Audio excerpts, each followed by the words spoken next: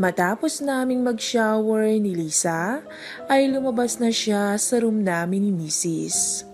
At ilang segundo lang ay narinig ko na kausap niya ang bunso kong si Annabel. Bigla akong kinabahan. Narinig ko ang usapan nila. "Anong ginagawa mo sa kwarto ni na Dad, Lisa?" Tanong ng bunso ko. May pinakuha lang si kuya. Kasi nasa shower siya. May lakad daw kasi siya eh. Ganun ba? Saan daw siya pupunta? Tanong ng anak ko. Ewan ko pero mukhang mahalaga eh. Sige Annabel maghuhugas pa ako eh. Sagot naman ni Lisa. Muntik na kami nun Nagmadali akong magbihis at tinawagan ko na si Mrs. tungkol sa lakad namin. Matapos nito ay bumiyahe na ako sa grocery store namin. Sinundo ko si Mrs. at hinalikan ko siya sa lobby matapos makasakay sa front seat ng kotse. Ang sweet yata natin ngayon ang biro niya. Malapit na akong umakyat ng barko eh. Mamimiss talaga kita. Ganon? May lagnat ka ba? Hinawakan niya ang noo ko. Tinapik ko ang kamay niya at natawa na lang ako. Hindi ba ako pwedeng maging sweet sa misis ko? Ang sabi ko. Nako Ricky, kilala na kita no? Ang tagal-tagal mo nang hindi sweet sa akin. Pero okay lang. At least, nare-remind pa rin naman akong may asawa ko. Ang wika niya. Loko ka Ang tawa ko at sabay na lang kaming natawa. Totoo ngang hindi na ako ganun ka-sweet sa kanya. Mahal ko si Lorna. Pero dahil sa tagal na namin ay nasanay na ako sa kanya. Kahit pa babaero ako at taksil, hindi ko pa rin ipagpapalit ang asawa ko. Komportable ako sa kanya at hindi ko kayang imaginein na wala siya sa buhay ko. Ang mga side chicks ko ay pawang pangtanggal uhaw lamang. Pero ang damdamin ko ay para pa rin sa misis ko. Mali man ito at mahirap paniwalaan, pero iyon ang totoo. Tipikal lang kaming nag-uusap hanggang makarating sa tinutuluyan ni na Kumaring Ethel. Isang ancestral house ang bahay nila. Parang panahon pa ng Kastila ito ginawa. Lumabas si Lily sa gate at nakasuot ito ng tank top at fit na jeans. May isa pang babae na sumabay sa amin. Chinita din ito at mas nakakatakam ito kaysa kay Lily. Langhiya talaga. Kung wala lang si Mrs. dito, baka sinunggaban ko na to. Hello po Ninong. Ninang, okay lang po bang isama ko tong tropa ko? Ito nga po pala si Hana. Pakilala ni Lily. Hi po. Cute ang boses ni Hana. At nang ito ay mag-wave ng kamay, ay nakita ko na may tattoo ito sa wrist niya malapit sa pulso. Mukhang parabanto Bulong ko sa sarili ko, or I guess, masyado lang akong judgmental kapag may tattoo ang babae. Kaklase ni Lily si Hana at best friend niya to. Sumama ito sa kanila para magbakasyon lang. Kita ko na malapit ang dalawa sa isa't isa. Madalas silang magkwentuhan sa likod ng sasakyan. Habang kami ni Mrs. ay tahimik lang. Pagkarating namin sa mall, ay nagpaalam si Mrs. na dadaan daw muna ito sa ATM para mag-withdraw. Kami naman ay naghintay muna sa parking lot. Tinignan ko si Hana at nakipagtitigan din siya sa akin. Ngumiti siya at bahagya lang akong ngumiti. Tipong misteryoso lang. Kumusta naman ang bakasyon mo dito sa amin, Hana? Nag-e-enjoy ka ba? Tanong ko. Opo, sir. Kaso, hindi kami masyadong nakakagala eh. Strict yung lola ni Lily eh. Ang wika nito. Saan nyo naman gustong gumala? Tanong ko. Kung saan-saan lang po. Sa mall, sa park, sa may seawall. Sagot niya. Ikaw, Lily, saan kayo madalas mag-hangout ni Hana dun sa tinitirhan nyo? Mostly, sa school lang po kami ninong eh. Pero minsan gumagala din kami. Oo, saan naman gala nyo? Sa seawall din? Ang biro ko. Ay ninong, malayo kami sa dagat. Sa mga bar lang po. Sagot ni Lily. Okay. Sa may mga sayawan o sa may inuman lang. Minsan po may sayawan, minsan inuman lang talaga. Sagot ni Hana. Dito nakapunta na kayo sa mga bars? Tanong ko. Naku, hindi po kami makalabas ng gabi eh. Sagot ni Hana. Well, malapit na kasi ang akyat ko sa barko. Kung okay sa inyo, pwede ko kayong samahan sa ilang bars dito. Ang wika ko. Nagkatinginan ang dalawa. Halata akong nahihiya pa sila. Nakakahiya naman po. Hindi yan. Tsaka para naman ma-experience nyo din ang nightlife dito. At mas safe pa kayo kasi ako yung kasama nyo. Sagot ko. Okay po pero kayo po magpaalam kay Mami. Sagot ni Lily. Sure, no problem. Kung gusto mo, isama pa natin yung mami mo eh. Naku, hindi ko ma-imagine si Mami na sasama sa akin sa ganung lugar. Naku, kasama namin ni Lorna ang mami mo dati. Nung college pa lang kami na gumagalat gumigimik. Ganun po ba? Strict siya no? Opo, Ninong. Nagmana po yata kay Lola. Nakailang boyfriends na rin kasi si Ethel noon at niloloko lang siya. Kaya hindi mo masisisi kung protective siya sa'yo. Ikaw, Hana, strict din ba ang parents mo? Hindi po. Broken family po ako eh. I see. Pero it seems you're doing fine naman kahit pa broken family ka pinalaki.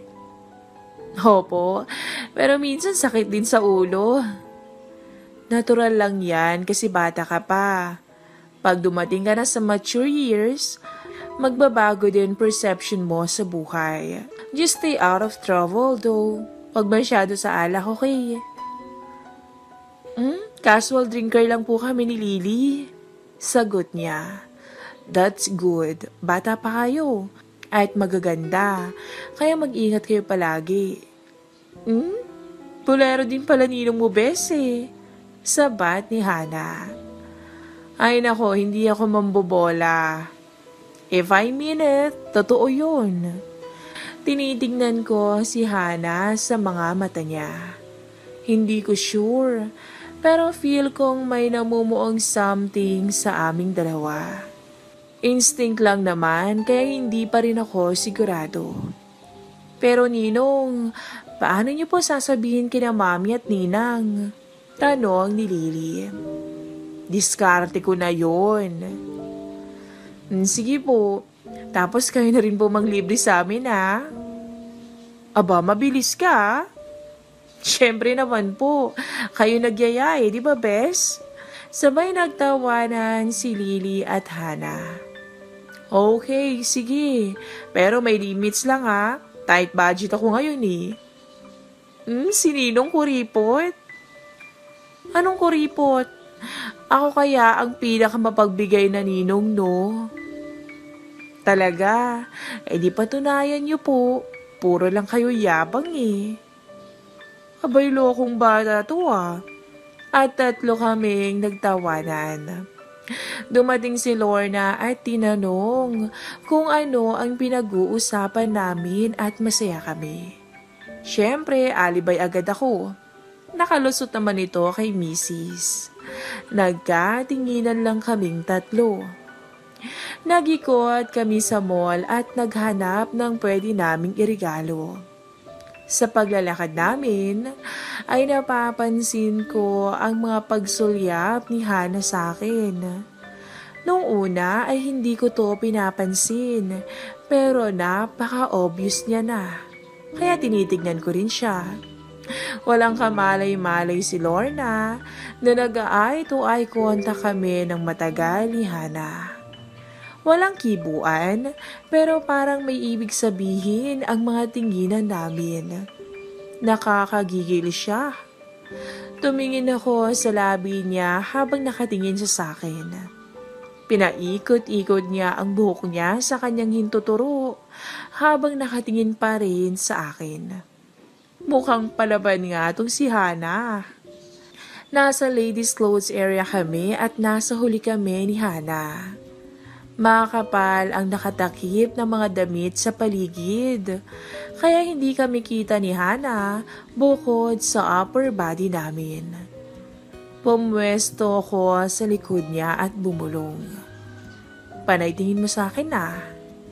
Hangwi ka ko. Kayo rin naman po eh. Panay din po yung sulyap niya sa akin. Sagot niya. Well, angat mo kasi.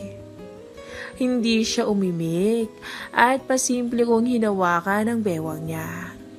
Hindi siya pumalag, kaya dinikit ko ang harapan ko sa likod niya. Ang pilyo naman. Bulong niya at huminto ko. Tiningnan niya sina Lorna at Lily na nag-uusap. Umalis kami at nagpanggap na parang walang nangyari. Pero sa isip ko, mukhang makakatikim na naman ako ng bagong chicks. Bes, may susubukan lang akong damit dun ah. Sabay turo ni Hana sa dressing room sa corner. Tumangulang si Lily. Ako naman ay lumapit kay Lorna. Han, bibili lang ako ng mineral water sa labas ng shopping center. Okay Han, balik ka agad ha? Sige. Tiningnan ko si Lily sandali at tumingin din siya sa akin. Umalis ako pero lingid sa kanila ay nagkita kami ni Hana sa may dressing room. Malaki ang dressing room at may 5 cubicle sa loob. Kumuha lang ako ng damit para makapasok ako sa room. Pagpasok ko ay saktong walang ibang tao. Sumulyap si Hana mula sa ika-4 na cubicle at pumasok ako roon. Sa loob ay nagkatitigan kaming dalawa. Mukhang masusolo ko kaagad ang kaibigan ng ina-anak ko. Abangan po natin ang next episode ng ating istorya. Matapos naming mag-shower ni Lisa, ay lumabas na siya sa room namin ni Mrs. At ilang segundo lang ay narinig ko na kausap niya ang bunso kong si Annabelle. Bigla akong kinabahan. Narinig ko ang usapan nila. Anong ginagawa mo sa kwarto ni na Dad, Lisa? Tanong ng bunso ko. May pinakuha lang si Kuya. Kasi nasa shower siya. May lakad daw kasi siya eh. Ganun ba? Saan daw siya pupunta? Tanong ng anak ko. Ewan ko pero mukhang mahalaga eh. Sige Annabelle, maghuhugas pa ako eh. Sagot naman ni Lisa. Muntik na kami nun ah. Nagmadali akong magbihis at tinawagan ko na si Mrs. tungkol sa lakad namin. Matapos nito ay bumiyahe na ako sa grocery store namin.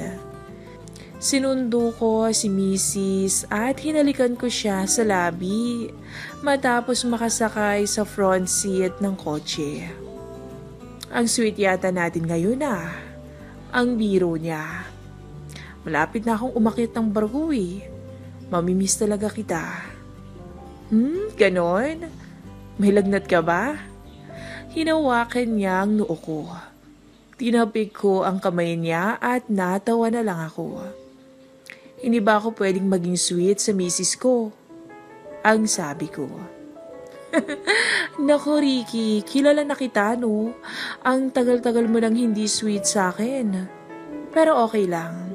At least, nare-remind pa rin naman akong may asawa ko. Ang wika niya. Loko ka ha? Ang tawa ko at sabay na lang kaming natawa. Totoo ngang hindi na ako ganun ka-sweet sa kanya. Mahal ko si Lorna. Pero dahil sa tagal na namin ay nasanay na ako sa kanya. Kahit pa babaero ako at taksil, hindi ko pa rin ipagpapalit ang asawa ko. Komportable ako sa kanya at hindi ko kayang imaginein na wala siya sa buhay ko. Ang mga side chicks ko ay pawang pangtanggal uhaw lamang. Pero ang damdamin ko ay para pa rin sa misis ko. Mali man ito at mahirap paniwalaan, pero iyon ang totoo. Typical lang kaming nag-uusap hanggang makarating sa tinutuluyan ni na Kumaring Ethel. Isang ancestral house ang bahay nila. Parang panahon pa ng Kastila ito ginawa. Lumabas si Lily sa gate at nakasuot ito ng tank top at fit na jeans. May isa pang babae na sumabay sa amin. Chinita din ito at mas nakakatakam ito kaysa kay Lily. Langhiya talaga. Kung wala lang si Mrs. dito, baka sinunggaban ko na to. Hello po Ninong. Ninang, okay lang po bang isama ko tong tropa ko? Ito nga po pala si Hana, pakilala ni Lily. Hi po! Cute ang boses ni Hana. At nang ito ay mag-wave ng kamay, ay nakita ko na may tattoo ito sa wrist niya malapit sa pulso. Mukhang parabanto ah. Bulong ko sa sarili ko, or I guess, masyado lang akong judgmental kapag may tattoo ang babae. Kaklase ni Lily si Hana at best friend niya to. Sumama ito sa kanila para magbakasyon lang.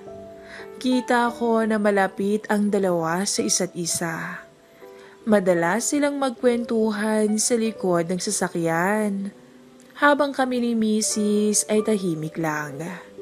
Pagkarating namin sa mall, ay nagpaalam si Mrs. na dadaan daw muna ito sa ATM para mag-withdraw. Kami naman ay naghintay muna sa parking lot. Tinignan ko si Hana at nakipagtitigan din siya sa akin. Ngumiti siya at bahagya lang akong ngumiti. Tipong misteryoso lang. Kumusta naman ang bakasyon mo dito sa amin, Hana? Nag-e-enjoy ka ba? Tanong ko. Opo, sir. Kaso, hindi kami masyadong nakakagala eh. Strict yung lola ni Lily eh. Ang wika nito.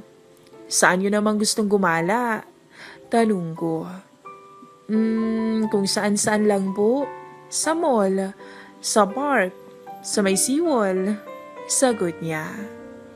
Ikaw, Lily, saan kayo madalas mag-hangout ni Hana dun sa tinitirhan nyo? Mostly, sa school lang po kami Ninong eh. Pero minsan gumagala din kami. Oo, saan naman gala nyo? Sa seawall din? Ang biro ko. Ay Ninong, malayo kami sa dagat. Sa mga bar lang po. Sagot ni Lily. Okay. Sa may mga sayawan o sa may inuman lang. Minsan po may sayawan, minsan inuman lang talaga. Sagot ni Hana. Dito nakapunta na kayo sa mga bars?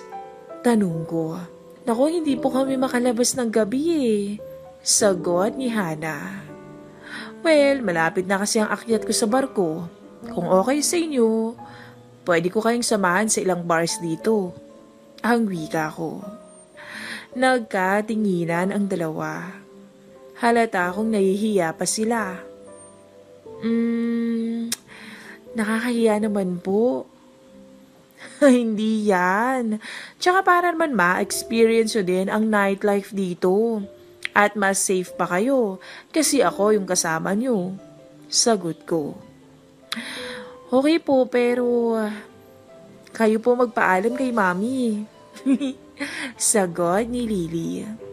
Sure, no problem. Kung gusto mo, isama pa natin yung mami mo eh. Naku, hindi ko ma-imagine si mami na sasama sa akin sa ganung lugar. Naku, kasama namin ni Lorna ang mami mo dati. Nung college pa lang kami na gumagalat tumigimik. Ganun po ba? Strict siya no? Opo, Ninong. Nagmana po yata kay Lola. Nakailang boyfriends na rin kasi si Ethel noon. At niloloko lang siya. Kaya hindi mo masisisi kung protective siya sa'yo. Ikaw, Hana, strict din ba ang parents mo? Hindi po. Broken family po ako eh. I see. Pero it seems you're doing fine naman kahit pa broken family ka pinalaki. Opo, pero minsan sakit din sa ulo. Natural lang yan kasi bata ka pa. Pag dumating ka na sa mature years, magbabago din perception mo sa buhay. Just stay out of trouble though. Huwag masyado sa alak, okay? Casual drinker lang po kami ni Lily. Sagot niya. That's good. Bata pa kayo. At magaganda. Kaya mag-ingat kayo palagi. Pulero din pala ninong mo, bese. Sabat ni Hana. Ay nako, hindi ako mambobola. If I mean it, totoo yun. Tinitignan ko si Hana sa mga mata niya. Hindi ko sure, pero feel kong may namumuong something sa aming dalawa. Instinct lang naman, kaya hindi pa rin ako sigurado. Pero Ninong, paano niyo po sasabihin kina Mami at Ninang? Tanong ni Lily. Diskarte ko na yon. Sige po, tapos kayo na rin po manglibre sa amin ha. Aba, mabilis ka. Siyempre naman po, kayo nagyaya di ba bes? Sabay nagtawanan si Lily at Hana. Okay, sige, pero may limits lang ha. Tight budget ako ngayon eh. Si Ninong kuripot? Anong kuripot? Ako kaya ang pinakamapagbigay na ninong, no? Talaga? Di patunayan niyo po. Puro lang kayo yabang eh. Abay, lokong bata to ah. At tatlo kaming nagtawanan. Dumating si Lorna at tinanong kung ano ang pinag-uusapan namin at masaya kami. Siyempre, alibay agad ako. Nakalusot naman ito kay Mrs. Nagkatinginan lang kaming tatlo. Nag-ikot kami sa mall at naghanap ng pwede naming irigalo. Sa paglalakad namin, ay napapansin ko ang mga pagsulyap ni Hana sa akin. Nung una ay hindi ko to pinapansin, pero napaka-obvious niya na. Kaya tinitignan ko rin siya. Walang kamalay-malay si Lorna na nag-eye to eye contact kami ng matagal ni Hana. Walang kibuan, pero parang may ibig sabihin ang mga tinginan namin. Nakakagigil siya. Tumingin ako sa labi niya habang nakatingin siya sa akin. Pinaikot-ikot niya ang buhok niya sa kanyang hintuturo habang nakatingin pa rin sa akin. Mukhang palaban nga itong si Hana. Nasa ladies clothes area kami at nasa huli kami ni Hana. Makakapal ang nakatakip ng mga damit sa paligid. kaya hindi kami kita ni Hana bukod sa upper body namin. Pumwesto ko sa likod niya at bumulong. "Panay tingin mo sa akin na?" Hangwi ka ko. "Kayo rin naman po eh. Panay din po yung sulyap niya sa akin." Sagot niya. "Well, angat mo kasi." Hindi siya umimik at pasimple kong hinawakan ang bewang niya. Hindi siya pumalag, kaya dinikit ko ang harapan ko sa likod niya. Ang pilyo naman. Bulong niya at huminto ko. Tiningnan niya sina Lorna at Lily na nag-uusap. Umalis kami at nagpanggap na parang walang nangyari. Pero sa isip ko, mukhang makakatikim na naman ako ng bagong chicks. "Bes, may susubukan lang akong damit dun ah." Sabay turo ni Hana sa dressing room sa corner. Tumangulang si Lily. Ako naman ay lumapit kay Lorna. "Han, bibili lang ako ng mineral water sa labas ng shopping center." "Okay Han, balik ka agad ha?" "Sige." Tiningnan ko si Lily sandali at tumingin din siya sa akin. Umalis ako pero lingid sa kanila ay nagkita kami ni Hana sa may dressing room. Malaki ang dressing room at may 5 cubicle sa loob. Kumuha lang ako ng damit para makapasok ako sa room. Pagpasok ko ay saktong walang ibang tao. Sumulyap si Hana mula sa ika-4 na cubicle at pumasok ako roon. Sa loob ay nagkatitigan kaming dalawa. Mukhang masusolo ko kaagad ang kaibigan ng ina-anak ko. Abangan po natin ang next episode ng ating story. Matapos naming mag-shower ni Lisa, ay lumabas na siya sa room namin ni Mrs. At ilang segundo lang ay narinig ko na kausap niya ang bunso kong si Annabelle. Bigla akong kinabahan. Narinig ko ang usapan nila. "Anong ginagawa mo sa kwarto ni na Dad, Lisa?" Tanong ng bunso ko. May pinakuha lang si kuya. Kasi nasa shower siya. May lakad daw kasi siya eh." "Ganun ba? Saan daw siya pupunta?" Tanong ng anak ko. "Ewan ko pero mukhang mahalaga eh. Sige Annabelle maghuhugas pa ako eh." Sagot naman ni Lisa. Muntik na kami nun ah. Nagmadali akong magbihis at tinawagan ko na si Mrs. tungkol sa lakad namin. Matapos nito ay bumiyahe na ako sa grocery store namin.